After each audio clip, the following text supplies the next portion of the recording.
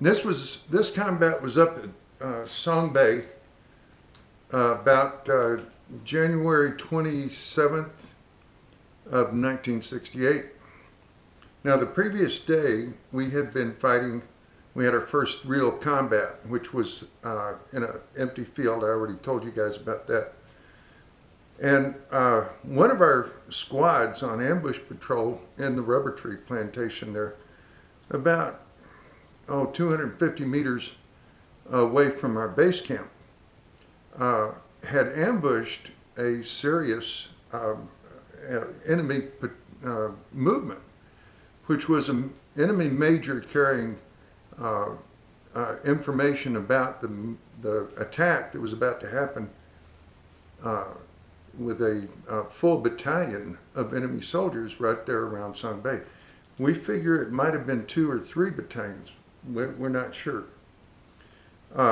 Anyway, let me describe the terrain around there. It's a overgrown weeds, jungle, and rubber tree plantation.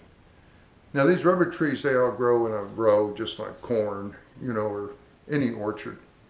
And but all around them, they hadn't been maintained for a long time, so the undergrowth had just gotten fierce. So the enemy could move around in that undergrowth. And we were kind of back at the air base ammo dump that we had hacked out of this rubber tree plantation. And the night before this action, I had been picked as a sergeant to be in charge of guarding the water point. The water point was a water purification system that had been set up down by the Song Bay River and would purify the water for all the troops in that area. And we had some infantry, some mostly cavalry and dismounted cavalry, or cavalry and jeeps. We had just gotten our armored personnel carriers about 2 weeks before this. And they were just barely equipped. Each track had only one machine gun. We had a crew of 4 men, which was 2 machine gunners, but one guy only carried a rifle, and the other guy had the M60. And then we had an observer who carried an M79 grenade launcher. And then the driver and me. I was up in the turret behind an M60 50 caliber machine gun. So we really hadn't worked together. There was no place there in Song Bay for this full squad of armored vehicles, this platoon of armored vehicles, 7 of us, and we were numbered 20 to 27. Let's see, that's 8, 0, 1, 2, 3, 4, 5, 6, 7. Anyway, there was 7 of us, 7 vehicles. And anyway, let's see, 2-1 to 2-7. So the 2-6 unit is the lieutenant, and the 2-5 unit is always the platoon sergeant. Now I was just a track commander. I wasn't anybody important. So I was on, I believe, track 2-2. So on this night, I get on the water point, and during that night, someone threw a grenade at us. Now we had a little bunker, a little dirt bunker covered over with sandbags and stuff. Was totally if any real fighting had started, we'd been dead meat, because we had no place to go to and there was no help that could come to us. So if the enemy wanted that little water point, they'd have got us. But someone came up and threw a hand grenade at us, and I was like, what? That's totally unheard of in that area at that time. And so the next morning, the tracks came out to pick us up, and my track comes rolling up, my driver, and I jump on board, and away we go. And we get out into the had a report. There was a little refugee village there. It was kind of a long, elongated, about maybe 3/4 of a mile long and 1/5 of a mile wide village. Nothing but grass huts, really, just shelters for these refugees that come in out of the countryside. And so the enemy unbeknownst to us, had occupied that village in the night. And we knew that that village was filled with people. Well, we go rolling in there about, I don't know, it must have been about 7 o'clock that morning. And we go rolling in that village, and there's nobody in it. And that's a bad sign. At the gate, there were some units of local militia. They were standing around at the gate going into that village. And the village was surrounded by a kind of broken down barbed wire little fence.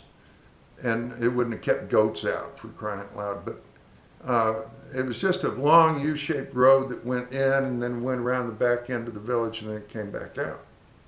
And 4 rows of huts. And we get up in there, and as we pass through this little 6 or 8 soldiers at the gate, they looked real sullen. They didn't look normal. Militia looked scared when something's going on. These guys didn't look scared at all. They were, come to find out, they were North Vietnamese Army dressed up in South Vietnamese Army uniforms. And they all had red kerchiefs on, which you never saw the South Vietnamese in, not in our area anyway. So we go taking off, we go down in that little village. Now we got enemy to our rear, and we've also got enemy hidden just outside the village in this kind of chopped off, maybe belly high bamboo. It's real dense. So we get up inside there, we get almost out of the village. Well, as we're moving, there's some rifle fire. And we pick up on it right away. We start looking, craning our necks, like idiots, looking around for where this rifle fire was coming from. And we could tell it wasn't American. It was more AK-47 fire. Well, somebody took pot shots at us. Well, we right flank to face outside the village and rolled forward slowly, get tangled up in that dang barbed wire. So one of the track commanders, like a moron, of course we were all totally inexperienced. We had no way of knowing how to fight this combat. And one of the track commanders jumps down off his track and gets down with wire cutters. He's going to cut barbed wire out of the tracks. We're sitting there with our engines idling, waiting for him to cut his track loose from that barbed wire. And all of a sudden, the shooting starts. And it starts hot and heavy. AK-47 fire all around us. If they come find out, the enemy was at the very front of our vehicles, laying down in that bamboo, and we didn't see them. And that's because our eyes weren't trained, and we weren't really aware of, how to fight or anything, even though we'd been in one little firefight the day before. And all of a sudden, we start trying to return fire. We can't, because the enemy's right in front of our vehicles. We can't depress our guns low enough to hit them. Fortunately, they were just as inexperienced as we were, and they didn't realize that all they had to do is just jump up and start throwing grenades into our tracks, and we'd been toast. Well, the track commander that jumped down to get the barbed wire out, he jumps back in his track. He runs around the rear and crawls through the open door.